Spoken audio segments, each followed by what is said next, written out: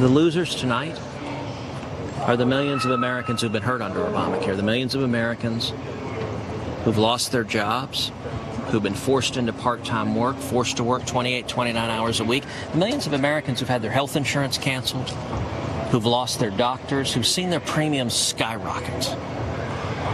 The 6.5 million Americans each year who are fined by the IRS because they don't make enough money to afford health insurance. And so not only do they not get health insurance, but they get a fine from the IRS, and 80% of them are earning $50,000 a year or less. Nearly half are earning $25,000 a year or less. It's the single moms, it's the truck drivers, it's the steel workers, it's the working men and women who are left behind tonight. That's unfortunate. And you know, there are going to be a great many Americans who tonight feel a sense of betrayal. Feel a sense of betrayal that politicians stood up and made a promise. I'll tell you this, if you stand up and campaign and say we're going to repeal Obamacare, and you vote for Obamacare, those are not consistent. And the American people are entirely justified in saying any politician who told me that and voted the other way didn't tell me the truth. They lied to me. But I will say also the democratic process is a long process. In the next 24 hours, in the next week, Democrats will crow exultantly. They will claim total victory for a collapsing and failing law that is Obamacare. And the media will write story after story after story about how Obamacare will remain, even though it is failing and hurting millions of Americans. But after all of the chest beating off, after all of the proud victory laps of the left, I believe this Congress will come back, and in time, we will honor our promises. You know, senators are going to go home in the next few weeks. They're going to go home to their states. And they're going to face their constituents. They're going to have hard questions of people who look them in the eyes and say, why did you lie to me? And by the way, it's not just going to be the senators who voted no. The senators who voted yes are going to be asked, why did you lie to me? Because the voters are not going to distinguish. They're going to say, you guys promised to do this and you failed.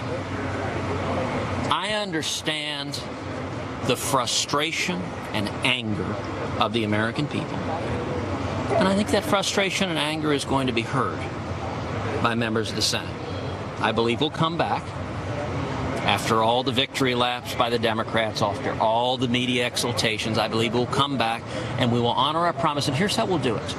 The way we get to 50, the way we get a majority and honor our promise is we focus on lowering premiums. And the key to lowering premiums is the Consumer Freedom Amendment. Give you, the consumer, more freedom, more choice, more competition.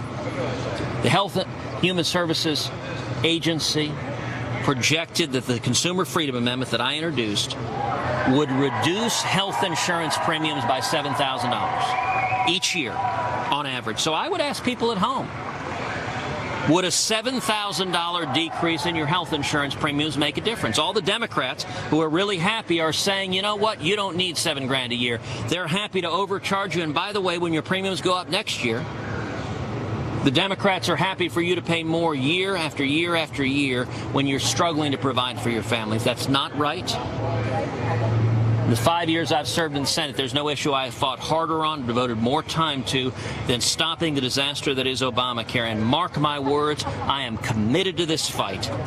As long as there is breath in my body, I will be fighting for the working men and women of this country that are being hurt by Obamacare, and I believe it will be repealed. No party can remain in power by lying to the American people, and I hope and pray that our party doesn't try to do that. So, Senator, did John McCain lie to the American people when he campaigned on repealing Obamacare last year and then took his vote tonight? You know, that's a judgment the voters of every state are going to have to make for each and every individual politician. I think what we should do is do what we said we would do.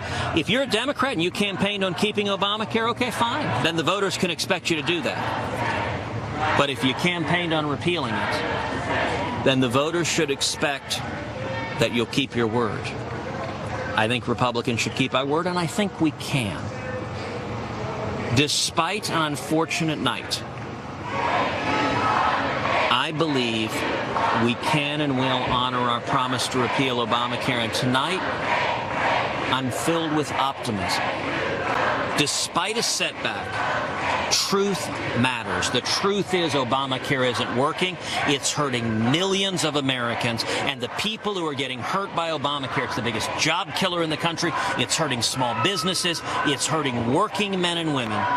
The people who are hurt by Obamacare, you are being heard.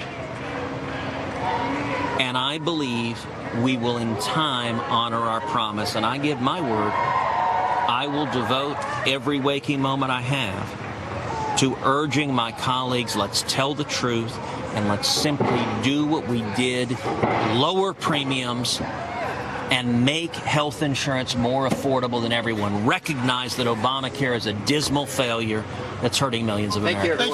Thank you. Thank you.